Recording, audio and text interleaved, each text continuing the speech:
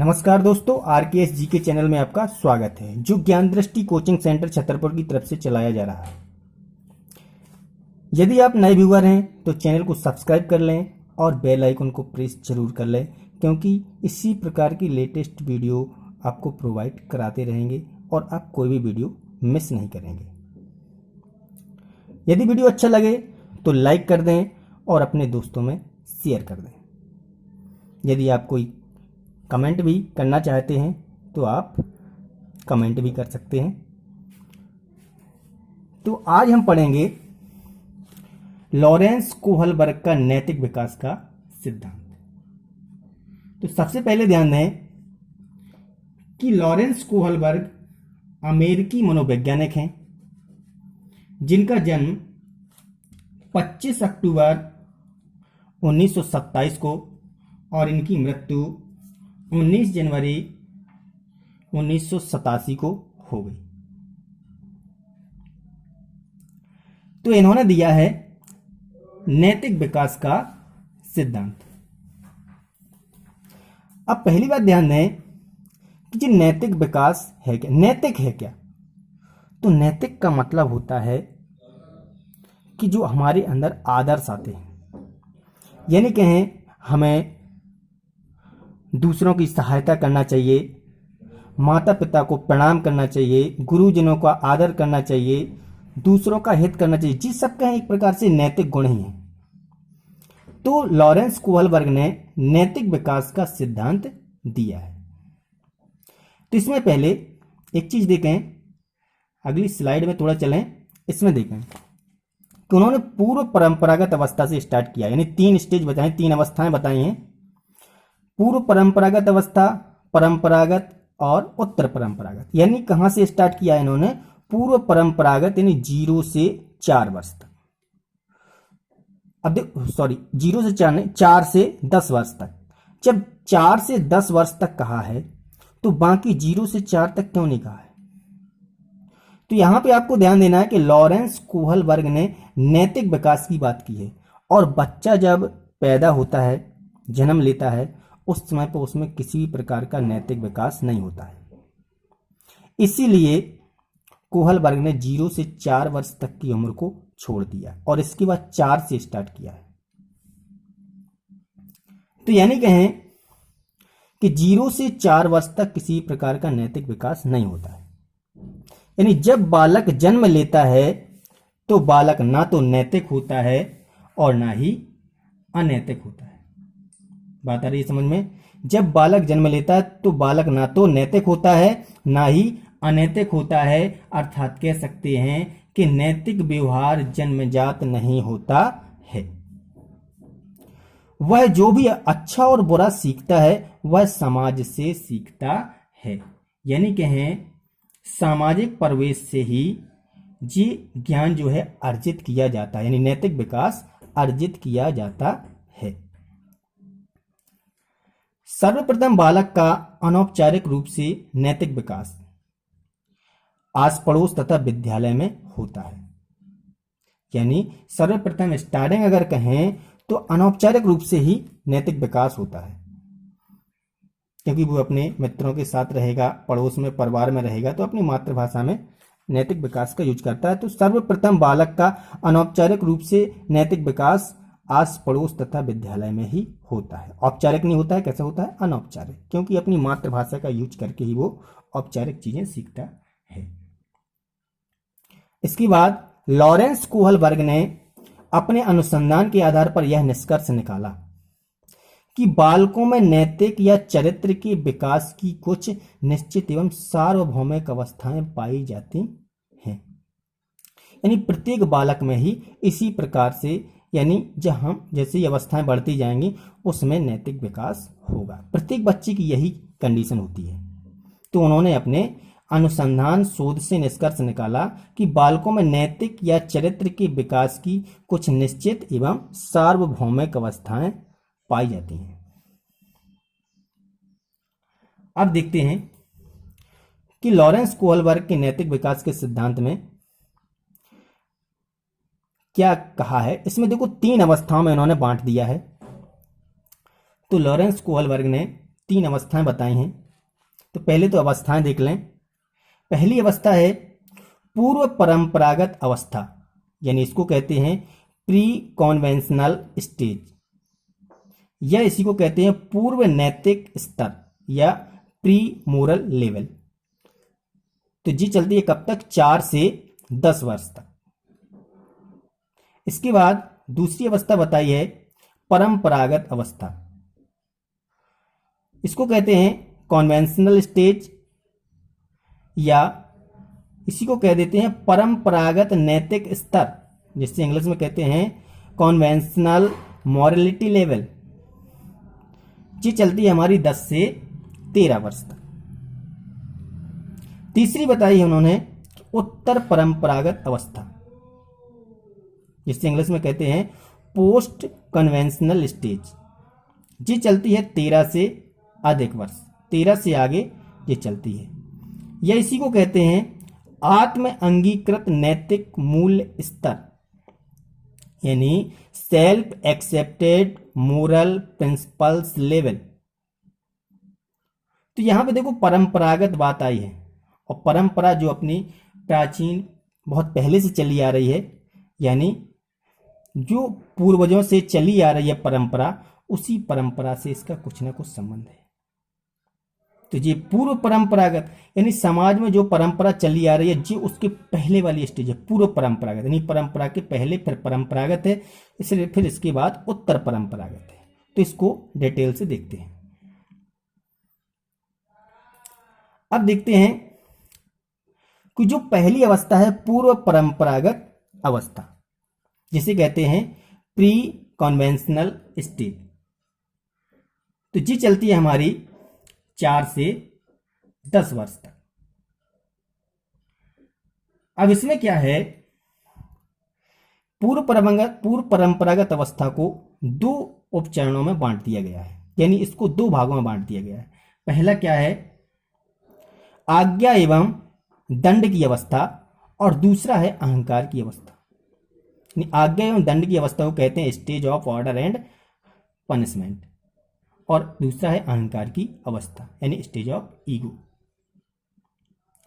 तो इसमें क्या है कि आगे जो पूर्व परंपरागत अवस्था है, जो 4 से 10 वर्ष तक है, बच्चा छोटा होता है, तो इसमें जो है नैतिक गुणों का विकास बहुत धीमी गति से होता है, यानी कि जो स्टार्टिंग लेवल है, इसको नैतिकता से कोई मतलब नहीं होता है।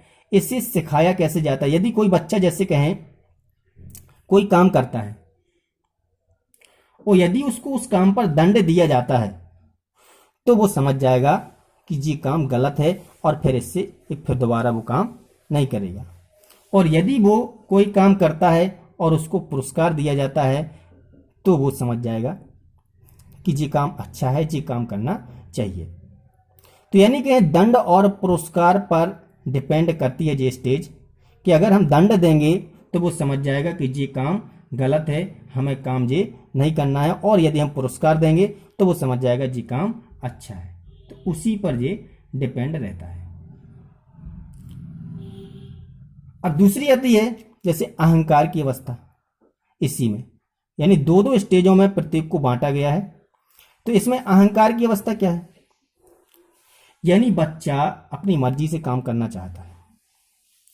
अगर आप उसे कहेंगे कि आप बाजार जाके ऐसे ऐसा काम कर लें, तो वो कहेगा नहीं करना है। अगर आप कहेंगे कि 5 रुपए का आप अपना जो सामान ले लेना, कुछ भी 5 रुपए का, और ये सामान ले आओ, तो वो उस काम को कर देगा। या कहें मान लो कि बच्चा कोई काम नहीं करना चाहता है, अगर करेगा तो वो कंडीशन लगा देगा, यदि आप मुझे घुमाने ले चलेंगे तो मैं ऐसा काम कर दूंगा, यदि आप मुझे ये दिलवा दोगे तो मैं ऐसा काम कर दूंगा। यानी कहें कि वो अपनी कंडीशन उसमें जरूर लगा देता है, तो वो अपनी मर्जी से यहाँ पे काम नहीं करता। यानी अहंकार की अवस्था ये है, यानी जो उसे करना है वो अपने ऊपर डिपेंड है, उसे किसी से कोई मतलब नहीं है कि जी काम अच्छा है बुरा है, उसे कोई मतलब नहीं, उसका खुद का काम होना चाहिए। तो यहां पर हो गया ये अहंकार की अवस्था।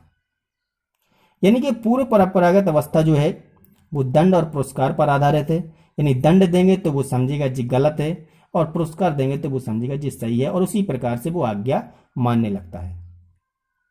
और अहंकार में ये होता है कि बच्चा अपनी कंडीशन लगाने लगता है कि अगर आप मेरा ये काम करवाएंगे या मुझे घुमाने ले जाएंगे तो ही मैं ये काम करूंगा, मैं ऐसा काम कर दूंगा यदि आप मुझे वीडियो गेम दिलवाएंगे तो इस प्रकार से उसमें अहम रहता है।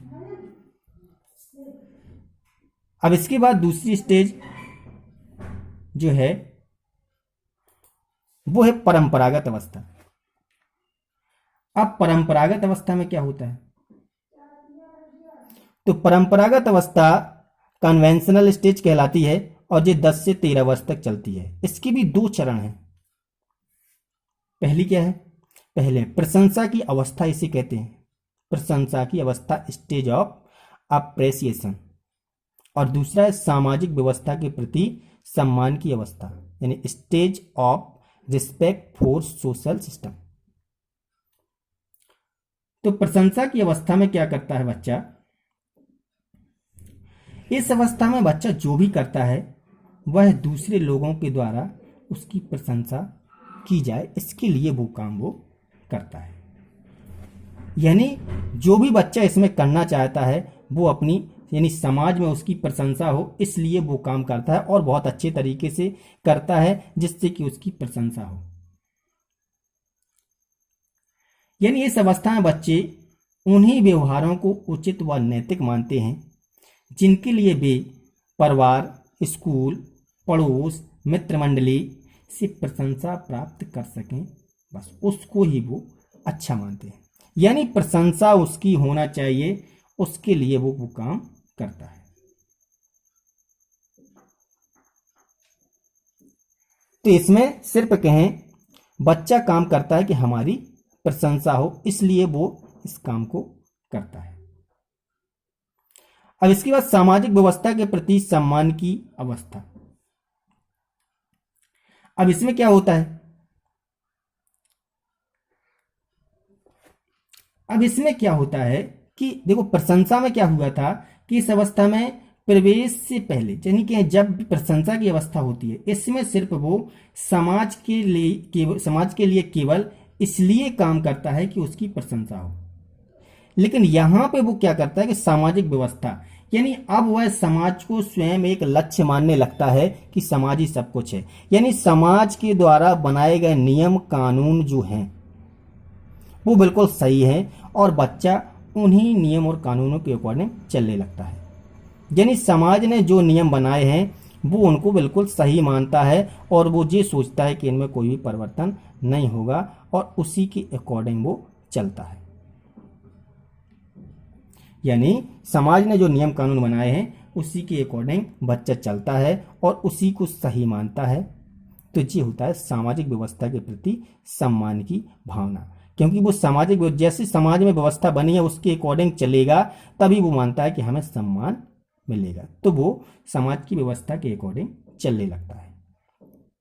तो जी हो गई हमारी परंपरागत अवस्था जो 10 से 13 वर्ष तक चलती है।